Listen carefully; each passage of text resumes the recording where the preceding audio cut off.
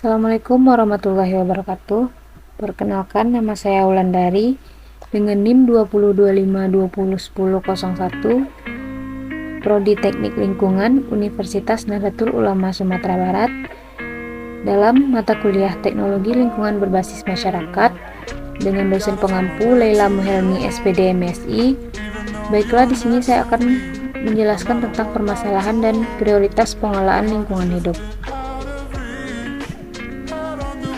Menurut Undang-Undang Nomor 23 Tahun 1997, pengelolaan lingkungan hidup adalah upaya terpadu untuk melestarikan fungsi lingkungan hidup yang meliputi kebijaksanaan, penataan, pemanfaatan, pengembangan, pemeliharaan, pemulihan, pengawasan, dan pengendalian lingkungan hidup.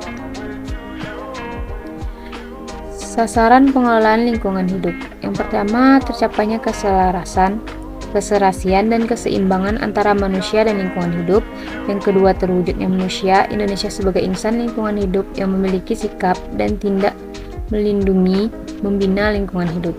Yang ketiga, terjaminnya kepentingan generasi masa kini dan generasi masa depan, tercapainya kelestarian fungsi lingkungan hidup, terkendalinya pemanfaatan sumber daya secara bijaksana, terlindunginya negara kesatuan Republik Indonesia terhadap dampak usaha atau kegiatan di luar wilayah negara yang menyebabkan pencemaran atau kerusakan lingkungan. 5 karakteristik lingkungan. Yang pertama, selalu berubah, mengandung ketidakpastian, kompleks, mengandung konflik, dan terbatas. Masalah lingkungan hidup. Yang pertama, permasalahan lingkungan alam. Permasalahan lingkungan alam di Indonesia meliputi 6 hal. Yang pertama, sumber daya lahan, sumber daya air, sumber daya hutan, keanekaragaman hayati, dan udara. Yang kedua, permasalahan lingkungan buatan. Permasalahan yang terjadi terutama adalah kualitas lingkungan di perkotaan yang cenderung menurun, seperti kurangnya ruang terbuka hijau, tempat bermain anak, dan lapangan olahraga, banyaknya pemukiman kumuh, harga tanah yang semakin mahal, serta masalah yang timbul karena sampah kota dan pencemar. Perubahan masyarakat. Yang ketiga, permasalahan lingkungan sosial. Perubahan masyarakat dari bersifat tradisional agraris ke masyarakat era industri menyebabkan perubahan-perubahan sosial, antara lain perubahan peranata keluarga, pemerintahan, ekonomi, agama, pendidikan, dan lain-lain. Perubahan nilai gotong royong, kesetiakawanan sosial, loyalitas, dan kebersamaan menjadi kebebasan individual, materialistik, liberal, dan lain-lain. Keanekaragaman kelompok. Berkembangnya peranata dan nilai-nilai masyarakat membawa semakin berkembangnya ragam kelompok sosial dan kelas ekonomi. Selanjutnya itu kontrol sosial. Pendekatan instrumen dalam pengelolaan lingkungan hidup. Yang pertama, pendekatan teknologis. Melalui pendekatan ini, maka teknologi yang membawa dampak kerusakan lingkungan diganti dengan teknologi yang ramah lingkungan.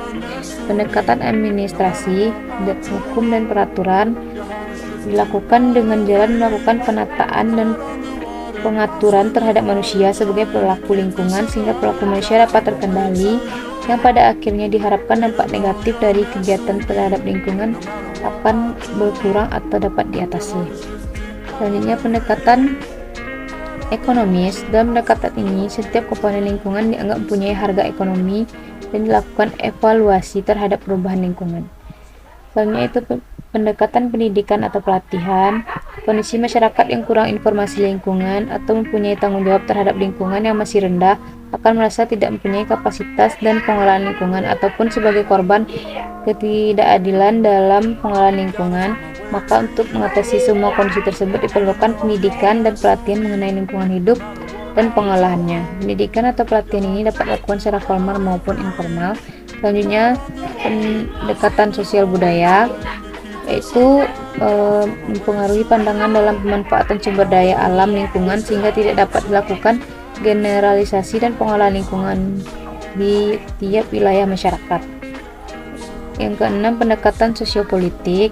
Dengan adanya konflik kepentingan antar berbagai pihak, maka harus dilakukan upaya pengolahan konflik tersebut dan memecahkan permasalahan dengan musyawarah secara bijaksana sehingga dapat tercipta solusi di antara pihak-pihak yang berkonflik.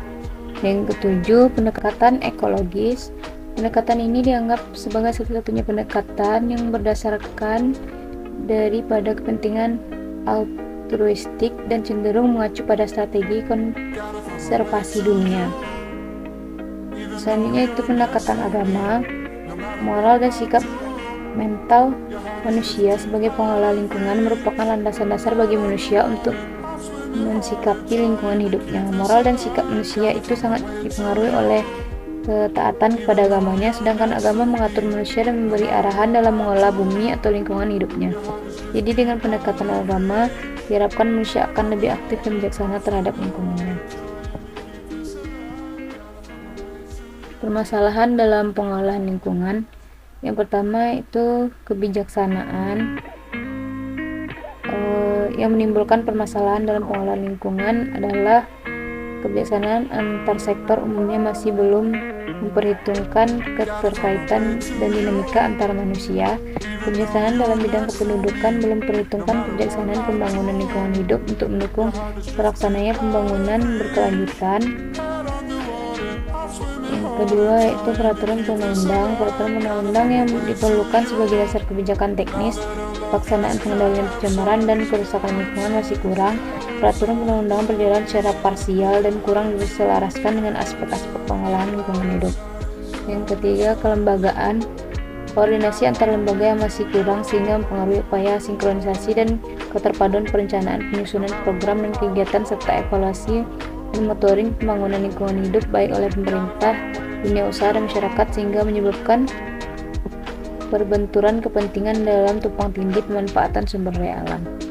Yang keempat, dukungan data informasi lingkungan serta kesiapan teknologi pengolahan lingkungan. Dalam hal ini masih kurangnya kuantitas dan kualitas data dan informasi lingkungan yang mendukung formulasi kebijaksanaan dan kegiatan operasional pengolahan lingkungan. Seperti data informasi kependudukan, lingkungan sosial yang masih tergantung pada periode sensus.